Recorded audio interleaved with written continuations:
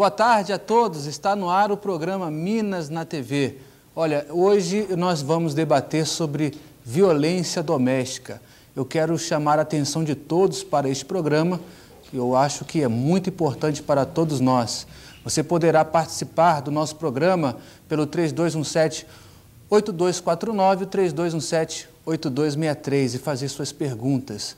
Se você quer participar ao vivo, você pode ligar para o 3217-8261 e o 3217-8204. A violência doméstica é um problema que atinge milhares de crianças, adolescentes, mulheres e também idosos.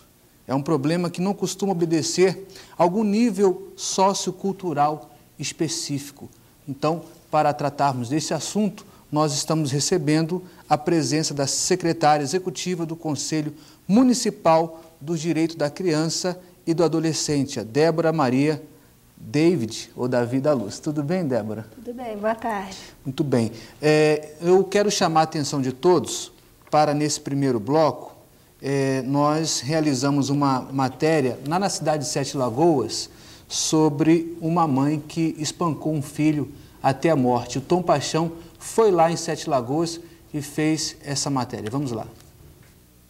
Esta é a cidade de Sete Lagoas, a 70 quilômetros de Belo Horizonte. Alguns dias atrás, aconteceu aqui um crime bárbaro. Uma garota de 18 anos matou o próprio filho de 1 ano e 5 meses a pancadas. Passados alguns dias, o impacto, o choque ainda é muito grande entre os moradores aqui da cidade. Não tem jeito, né?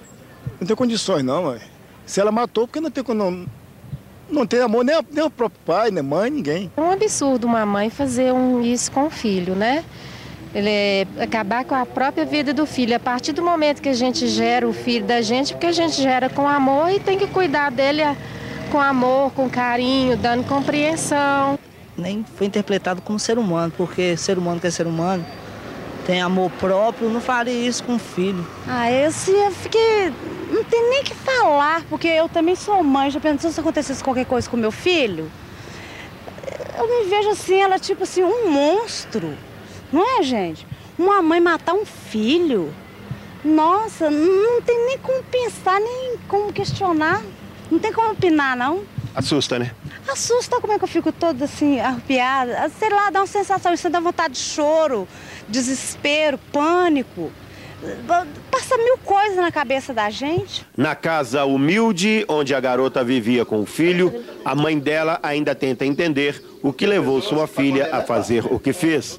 Mas, garante ela, tudo poderia ser evitado se o comissariado de menores da cidade tivesse agido a tempo. Filha da senhora, a Kátia, deu queixa, né? Deu queixa, lá no canto do fórum.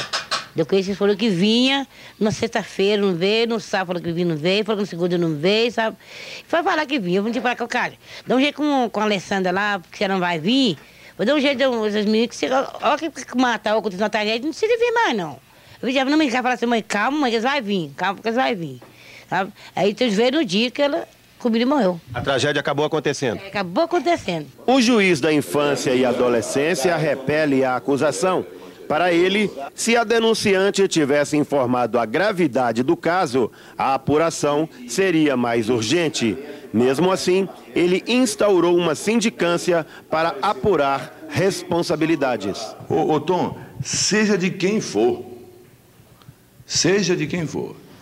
a omissão culposa ou dolosa de quem quer que seja, em relação a esse caso detectado na sindicância, será tomadas providências legais, urgentes e necessárias que o caso requer, seja absolutamente quem for. O órgão comissariado de menores continua prestigiado no Juizado da Infância e Juventude de Sete Lagoas, continua prestigiado e reafirmo que tem prestado um excelente serviço.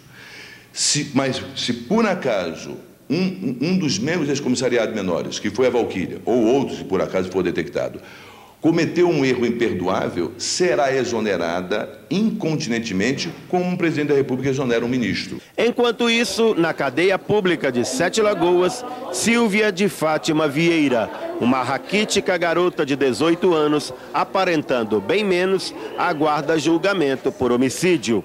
Um crime que quase ficou encoberto, não fosse a perspicácia do detetive Paulo Sérgio Melo Medrado. Ele e equipe investigaram a denúncia do médico legista de que a criança tinha vários hematomas pelo corpo. Ao confrontarem Silvia, ela confessou o crime. Muito bem, então você pode participar, dando as suas sugestões, fazendo seus comentários. De repente, você é uma mulher e você também está sendo vítima de violência doméstica. Talvez seus filhos estão sendo vítimas de violência por parte do marido, do pai. Enfim, você já presenciou violência, tem presenciado violências. Enfim, você tem uma opinião a esse assunto? Eu gostaria que você ligasse e participasse, tá bom? Vamos ao intervalo comercial e voltamos no segundo.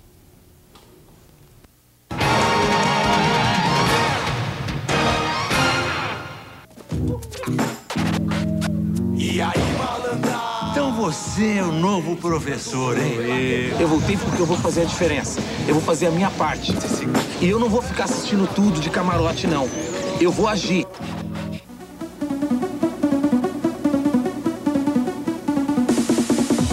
Nossa terra tem belezas construídas ou naturais. Agraciada com riquezas exploradas ou a desvendar, unidas por um imenso céu azul, onde temos orgulho de voar. No Dia da Força Aérea, uma homenagem aos aviadores do Brasil. Mais de 2 milhões de discos em toda a carreira. Considerado como um dos grandes intérpretes da música sertaneja nacional. Lançando seu primeiro CD pela Line Records. Dalvan e o seu novo CD com vestes de louvor. Já à venda em todas as lojas do Brasil ou pelo Televendas Line 0300 789 4700. Campeonato Brasileiro.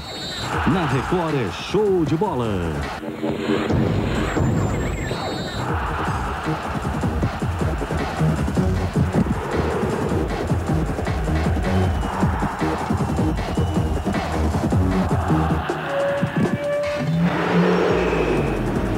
Campeonato Brasileiro. Oferecimento onde tem esporte, tem Telemig celular.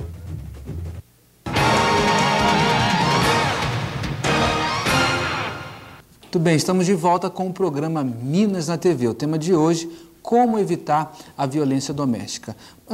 Doutora Débora, nós observamos na entrevista que o Tom Paixão fez lá na cidade de Sete Lagoas, relatando esse episódio onde uma criança ela foi morta brutalmente pela mãe por espancamentos.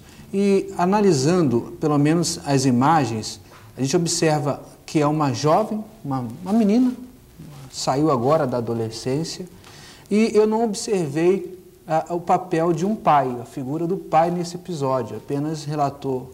Aí eu não sei como é que está. Na opinião da senhora, por que acontece esse tipo de violência? Bom, eu acredito que são vários os fatores.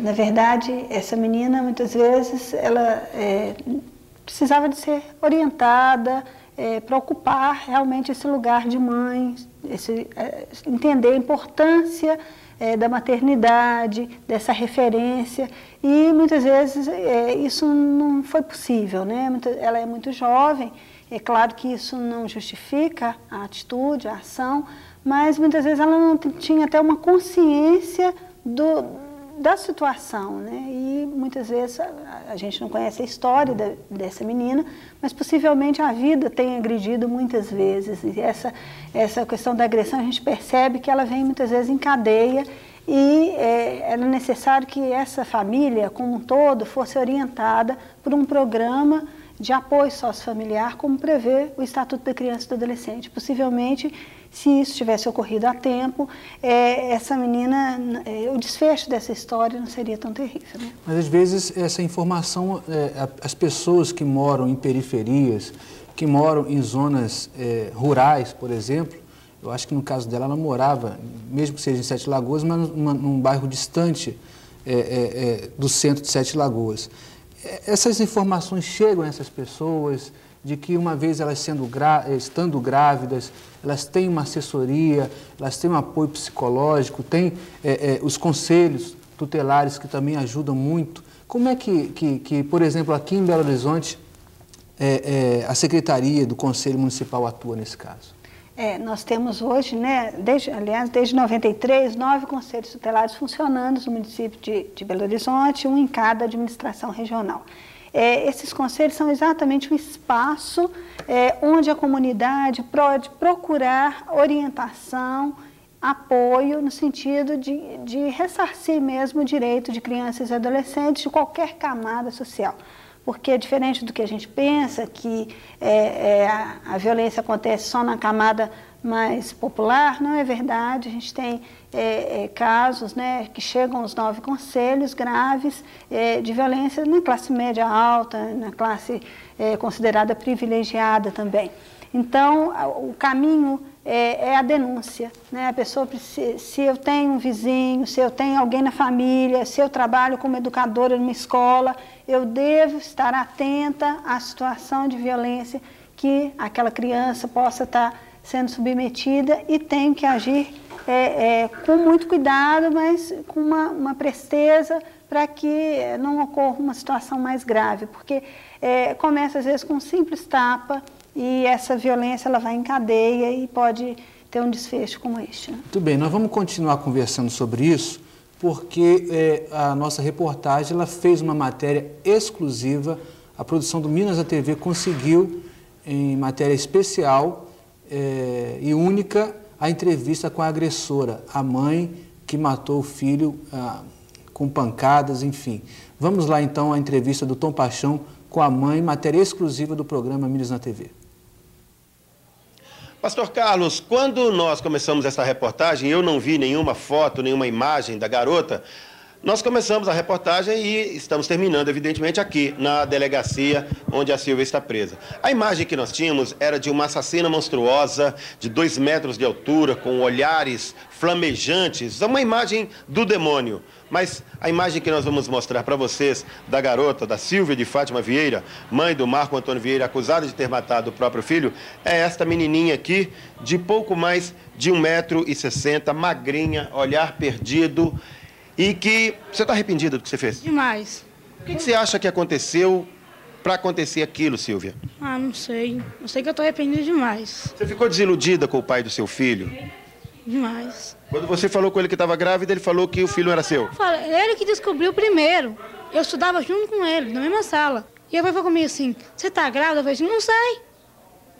Aí depois que a minha mãe ficou sabendo de tudo mais. Você nunca foi a algum ginecologista, um médico, nada? Não. Sabia nada? Nada. Aí ele falou o quê quando ele descobriu que você estava grávida? Aí já logo tinha uma enfermeira que trabalhava que estudava junto com nós, né? Ela foi me perguntou, eu falei, não serve, então você vai e faz o... Aí minha irmã já ficou sabendo, que a minha irmã também estudava junto comigo também, né? Aí minha irmã ficou sabendo, contou pra minha mãe. Minhas irmãs tudo tá suspeitando, e eu não sabia de nada, que eu nunca fiquei grávida na minha vida, nunca tinha ficado, ninguém nunca tinha me explicado nada. Aí que depois que foi saber, minha outra irmã estava grávida também, que eu fui fazer exame. Ô Silvia, você tinha raiva do Marco Antônio, seu filho? Não tinha raiva, não. Por que você batia nele? Não sei, eu não tinha muita paciência, não, sabe? Eu sou uma pessoa muito nervosa, tem hora. E agora, o que você quer que aconteça com sua vida? O que você acha que vai acontecer com sua vida? Eu acho que agora eu sou obrigada, eu tenho que pagar porque eu fiz. Eu sou obrigada a pagar. Que eu fiz, eu cometi esse erro, fiz esse crime, eu tenho que pagar. Se eu mesmo fiz, eu tenho que pagar. Você tem temor de Deus? Temor assim como? Você fala? Medo de Deus? Tem, demais. Eu rezo todo dia, rezo de manhã, rezo depois que eu almoço. Pedindo perdão? De noite, quando eu levanto de manhã cedo. Até que eu pedi meu namorado para trazer o texto, que ele não está na casa dele. Eu tenho um texto, tenho um livro de oração.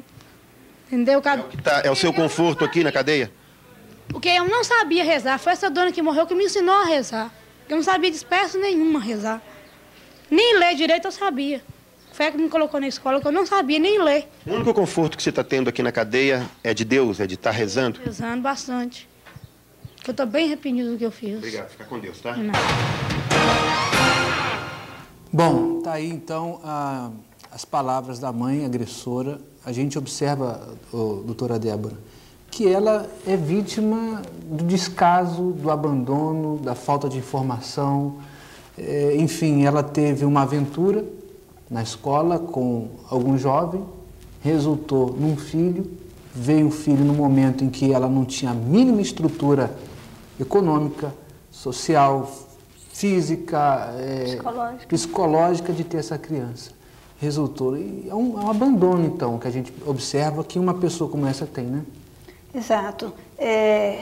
Realmente a situação dessa... É uma menina, né? Ela não estava de forma alguma preparada para ocupar o lugar de mãe e ela não tinha nenhuma consciência de que lugar era esse, não estava preparada. A vida não possibilitou uma condição de cidadania mesmo para essa menina, né? E ela demonstra isso na fala. E é uma menina que, claro, ela está consciente que ela vai ter que, né, pagar mesmo pelo que fez, mas é preciso que ela seja também orientada, é preciso de um atendimento psicológico, porque essa menina está marcada e ela precisa de trabalhar e a partir daí ser trabalhada toda essa situação para que ela possa reerguer e construir uma vida nova a partir do momento que ela né, realmente for ouvida pela justiça e a sentença que for dada, ela precisa também de paralelo a essa sentença, esse acerto, vamos dizer, ela precisa de estar sendo ouvida e trabalhada no sentido de resgatar a pessoa que pode, né, ser fortalecida. Um aspecto importante é que ela reconhece o erro. Exato, ela tem uma consciência hoje do que ela fez. A partir do momento que ela tem esse reconhecimento, consequentemente haverá nela mesma a necessidade de um pedido de ajuda. Olha, eu quero me corrigir. Eu quero me corrigir não só estando detida, presa, mas eu tenho uma vida toda pela frente e se eu tiver outras oportunidades, oportunidade de ter uma nova criança, eu quero saber cuidar dela. E é importante que a justiça, né, tenha um cuidado mesmo, né, com essa situação para que ela saia dali melhor, para que esse episódio drástico crie condições para que ela tenha uma nova vida, né? É o que a gente espera, porque ela é uma menina. Apesar que eu acho difícil, dado a como está a carceragem hoje no nosso país, a tendência é que ela não aprenda nada, a tendência é que ela seja uma pessoa mais revoltada ainda, talvez com ela mesma, com a vida, com a sociedade, com os parentes, e ela cresça, enfim, com muitos prejuízos, né? Agora, a senhora assessora os conselhos tutelares aqui em Belo Horizonte, não é isso? Sim. Como que está essa situação da violência doméstica aqui na nossa cidade? São 9 conselhos que a senhora assessora. Há muitas denúncias de agressões? Sim. Lamentavelmente, quando nós estamos realizando uma estatística dos casos, ela está em curso, e nos anos de 2000 a 2002. E o índice de violência, de violação no âmbito da família, ele realmente ele se acentua quando a gente tem cerca de 62% dos casos que chegam aos conselhos tutelares, eles acontecem no âmbito da família, intrafamiliar, que vai da negligência, omissão, até situações de abuso sexual mesmo. Muito bem. Agora, qual o perfil da mulher agredida, né, em casa? A senhora já disse que não tem um perfil assim, pelo menos econômico, não existe. Mas a mulher geralmente pobre, há um desemprego dentro de casa por parte do marido, está desempregado, como é que é? Ou é um alcoólatra? É claro que as condições econômicas, elas agravam uma situação de violência. E somadas a isso, ao desemprego, a dependência química, ela também influencia muito e a gente percebe que em situações de violência, elas estão intimamente ligadas, em muitas situações, não dá para generalizar, mas em muitas situações a questão da dependência química, ela é significativa sim. Entretanto, essa violência, ela acontece em todas as camadas, como eu já disse, e ela está intimamente ligada com a questão da autoestima dessa mulher. Muitas vezes, se a mulher ela tem uma situação de fragilidade, se ela se submete a determinadas posturas autoritárias ali dentro do âmbito da família, muitas vezes isso pode ser uma situação que encadeia, chega até as crianças e adolescentes. Então é muito importante que a gente trabalhe com a autoestima dessa mulher, dessa avó, que muitas vezes é uma avó que cuida, ou qualquer pessoa da família que possa ser potencializada para atuar junto desse agressor. Porque muitas vezes o agressor ele está doente, ele precisa de uma outra ajuda. E você precisa procurar na família, na relação familiar, uma pessoa para potencializar e a partir daí fazer todo um processo com a família como um todo, para cortar esse ciclo e reverter a situação como um todo. E quem são os maiores agressores? Olha, nós temos um índice muito grande de pais, né? Mas também temos a gente ainda não concluiu essa estatística, mas a mãe também ela entra como uma certa evidência e os padrastos também seriam, vamos dizer, esses três atores. O pai, a mãe e, no caso, os padrastos. E os agredidos? São realmente as crianças, são os jovens? A faixa etária entre 0 e 6 anos, ela em termos de violência física, ela é uma faixa etária que está mais exposta a esse tipo de agressão. Porque é a criança que ainda depende muito do adulto para suas necessidades básicas e às vezes a maneira que ela tem de se manifestar é o choro, a hiperatividade, porque ela não tem ainda, ela não tem como verbalizar suas necessidades, às vezes mais essenciais, então ela acaba incomodando mais. E se ela está ali numa situação onde a família já tem uma fragilidade, uma vulnerabilidade, ela fica mais exposta. E também o adolescente, a partir na faixa etária de 12 a 16 anos, vamos dizer assim, é também uma faixa etária que nos preocupa, porque muitas vezes a questão mais do abuso sexual e também da violência física está aglutinado principalmente nessas duas faixas etárias, o que leva muitas vezes os adolescentes a saírem de suas casas, né, e optar pela vida da rua. Pois é, a gente observa os menores de ruas, que quando nós conversamos com eles, nos deparamos com eles na rua, até mesmo dentro das nossas igrejas, e conversamos com eles, a primeira pergunta: por que você optou pela rua? E a resposta geralmente é única, quase unânime entre esses menores de ruas.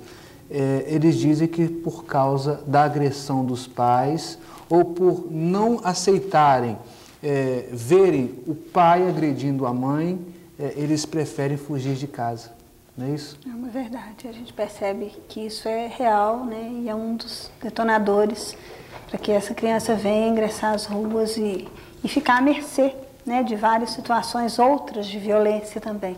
Né? Ela sai de casa buscando se resguardar de uma situação de violência e se depara com outros tipos de violência. Sem dúvida. Bom, nós temos participações de pessoas que ligam para o programa Minas na TV, fazem perguntas e dão também as suas opiniões com respeito aos temas que nós debatemos aqui todos os dias. A Sandra Lopes, do bairro Eldorado, na cidade de Contagem, na verdade, todos são vítimas do descaso da sociedade. A Paula, do bairro Ipiranga, muitas pessoas têm medo de denunciar. Como vencer esse medo? É isso que daqui a pouquinho nós vamos conversar sobre isso. A Marli, da cidade de Contagem também, ela pergunta: é possível educar o filho sem precisar de dar umas palmadas? E aí, doutora? Eu acho que sim, né? Acredito que sim, eu também sou mãe e é possível. Hoje as crianças elas têm um nível de compreensão muito grande, né? A mídia, os meios de comunicação, eles trazem algumas coisas que são complicadas também para o cotidiano da família, mas sem dúvida as crianças hoje elas têm uma clareza maior e é possível. Falo isso como assistente social, como mãe, como uma pessoa que está na lida aí com a questão da violência, porque a gente começa às vezes com um simples tapa e muitas vezes isso pode ter acontecido com essa mãe. E no momento que você está com algum problema, você pode perder o controle desse tapa. Então, o ideal é a conversa, o diálogo. Sim. As crianças hoje elas entendem perfeitamente quando você conversa. O limite é muito importante, diferente do que as pessoas colocam, né? O Estatuto da Criança e do Adolescente é uma lei que vem, né, colocar dos direitos, da importância de assegurar direitos como saúde, educação, para resguardar mesmo essa condição de cidadania que a mãe dessa criança não teve, por isso muitas vezes agiu dessa forma, mas também ele fala em deveres, né? Está num dos primeiros artigos dessa lei. E é importante o limite, nós temos, enquanto pais, educar, colocar limites, falar não, mas explicando, dialogando e nunca usando o tapa, porque ele muitas vezes leva a uma situação, e é uma opressão, né, do que tem mais poder com o que não pode, muitas vezes, se resguardar daquela situação. Na verdade, os pais não podem confundir os filhos como se eles fossem uma espécie de um cavalo que só vai na base da palma ou da esporada, né? Uhum. Porque, na verdade, uma criança ela precisa da conversa, do diálogo. Uma vez eu observei um pai conversando com o filho e o pai estava com uns amigos conversando, no ambiente de trabalho, e o filho chegou e queria ficar lá. E geralmente o pai ou a mãe, simplesmente eles falam para o filho, sai daqui. Mas ele quer entender por que ele tem que sair dali. Né? Não só simplesmente dizer um não para ele. Ele quer, como qualquer ser humano, ele quer ter um entendimento do porquê ele não pode, de repente, permanecer naquele ambiente. Então, é esse diálogo que às vezes falta muito entre pais e filhos. Né? Exato. E nós estamos num momento, né, onde a gente hoje sabe que o potencial da criança e do adolescente ele se dá todo na infância e na juventude. É nessa época que toda a parte cognitiva, física, psicológica, né, ela vai aflorar e qualquer sequela, qualquer situação de constrangimento pode deixar problemas futuros. Então, por que não optar pelo diálogo, explicando para essa criança o que é possível, o que não pode. Muitas vezes a gente se depara com mães que chegam aos conselhos falando, eu não dou conta do meu filho, aí você vai olhar, o menino tem 3 anos, não é possível, né? A família ela tem que sim dar carinho, saber falar não no momento certo e estar explicando o que é possível e o que não é possível. Né? Olha, eu tenho aqui a participação da Conceição Rocha. Ela diz o seguinte, sou separada e vivo com uma outra pessoa. Meu ex-marido faz ameaças constantes. Como devo proceder nesse caso? Como é que ela tem que proceder? Ameaças com relação aos filhos? Sim, aqui não especifica, mas ou se for contra ela ou se for contra os filhos, o procedimento geralmente deve ser o mesmo, só em locais diferentes. Né? Preciso saber mais detalhes, mas assim, né, se ela já foi judicialmente, já houve uma separação, o pai ele tem o direito de ter um acesso a esses filhos nos finais de semana. Isso tem que ser acordado na justiça no momento da definição dessa separação. Agora, ela não pode se submeter a esse tipo de pressão, porque isso também, se tiver filho, se for o caso, isso influencia, claro, para essas crianças, porque a separação ela tem que ser muito discutida para que as crianças não tenham problemas futuros. A separação por si só ela pode ser uma coisa tranquila, dando uma segurança para essas crianças de que os dois são importantes. O papel do pai é muito importante na vida dessa criança, né? Mas isso tem que ser pensado e discutido. Nós não entramos no relacionamento conjugal. Os conselhos vão perceber o quê? Existe uma violação com essas crianças e esses adolescentes. Quem está violando? E aí será notificado, né, as diversas partes, será feita uma escuta dos pais, das pessoas inseridas ali naquela família, das crianças também, dependendo da idade, para que seja possível um resgate, aí, um encaminhamento dessa família para um programa de apoio sociofamiliar, ou para um atendimento psicológico, ou para uma cesta básica, o que for, dependendo da situação. Agora, a ideia do conselho é exatamente concretizar o Estatuto da Criança e do Adolescente, ou seja, resgatar o direito dessa criança, desse adolescente, que não pode ficar à mercê aí das rusgas do casal. Eles têm que superar essa situação, né? Bom, a Odete Crispim, da cidade de Betim, ela diz, denunciei uma mãe por agressão ao filho no conselho tutelar. Certamente deve ser na cidade de Betim.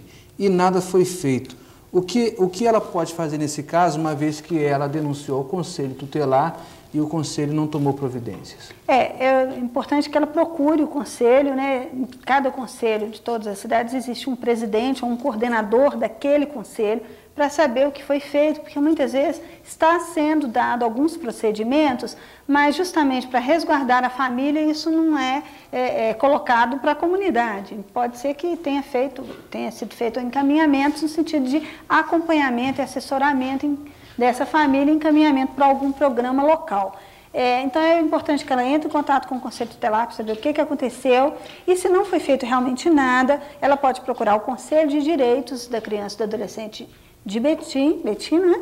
Ou a Promotoria da Infância e Juventude, que são instâncias que também zelam pelos direitos, pela garantia de direitos. Agora, é importante fazer a denúncia, porque a gente não pode estar omisso, né, frente a uma situação de violência. A criança e os adolescentes precisam da nossa participação. Isso que eu ia comentar agora com a senhora, porque às vezes a gente ouve muito falar o seguinte: o vizinho agride a esposa, ou a esposa agride o marido, ou o idoso também é agredido. Há muitos casos também de idosos que são agredidos, o adolescente, enfim, a criança. E às vezes a pessoa fala o seguinte: isso não é problema meu, isso é problema do vizinho. Eu acho que no caso de agressões a crianças, ou a mulheres, ou idosos, enfim, qualquer tipo de agressão, uma vez ela sendo de forma covarde, injusta, não existe agressão justa, logicamente, passa a ser um problema de todos nós, porque é inadmissível nós estarmos acompanhando ou presenciando determinados tipos de agressões e ficarmos apenas a observar. É preciso realmente que a pessoa tenha coragem. Eu acho que hoje os conselhos tutelares recebem as denúncias, às vezes, de forma também sigilosa. É assim que funciona? Sim. A sigilo, né? A sigilo, é importante que se faça a denúncia, né? Ela pode ser, o ideal é que ela seja por escrito, ainda que não assinada, porque a gente passa a ter um instrumento, um documento, se caso for depois, futuramente, dependendo da agressão, mover um processo criminal contra o agressor. É importante que essa denúncia seja formalizada, embora a gente preserve o denunciante. Agora, se é um caso que a pessoa vê que ela corre um risco, né, e não quer realmente se manifestar, não quer preservar a sua identidade, a gente também recebe, embora a gente veja que em casos de denúncia anônima a gente tem algumas limitações, porque em muitas situações é preciso que aquele caso seja encaminhado para uma vara criminal, como um caso como esse que foi visto aqui. E aí, claro, que se você tem elementos, instrumentos documentais, isso facilita, inclusive IML, né? Em algumas situações é preciso de um exame no Instituto Médico Legal até para comprovar aquela agressão ou aquele abuso sexual. Mas qualquer lugar que a gente esteja é um problema nosso, da sociedade como um todo, até porque a lei possa, né, ser colocada em prática, é preciso que a gente denuncie. Não é mais uma coisa da família, porque antes existia uma cultura de que problemas na família eram resolvidos pela própria família. Hoje a gente sabe que é um problema da sociedade. A nossa sociedade, infelizmente, ela está muito violenta e isso, claro, reflete na família. Agora, você que está nos assistindo, que de repente você também mora no interior, não tem informações a respeito do conselho tutelar da sua cidade, você pode também se dirigir ao fórum da cidade. O fórum informa também telefones, endereços de conselhos tutelares? Exato. Nós temos o Conselho Estadual dos Direitos da Criança e do Adolescente, que é responsável pela concretização do Estatuto da Criança e do Adolescente no Estado, e também ele pode procurar a promotoria, o fórum, a promotoria, ela responde por casos de violência, criança e adolescente, qualquer violação, antes de ter sido criado aquele conselho tutelar no município. Nós ainda temos um grande número de municípios que não têm os conselhos tutelares, então a pessoa deve procurar a promotoria local. Muitas vezes não tem uma promotoria da infância, mas tem na comarca tem um juizado e tem um promotor responsável, ele deve ser procurado. Bem curtinho, agressão verbal, cabe denúncia?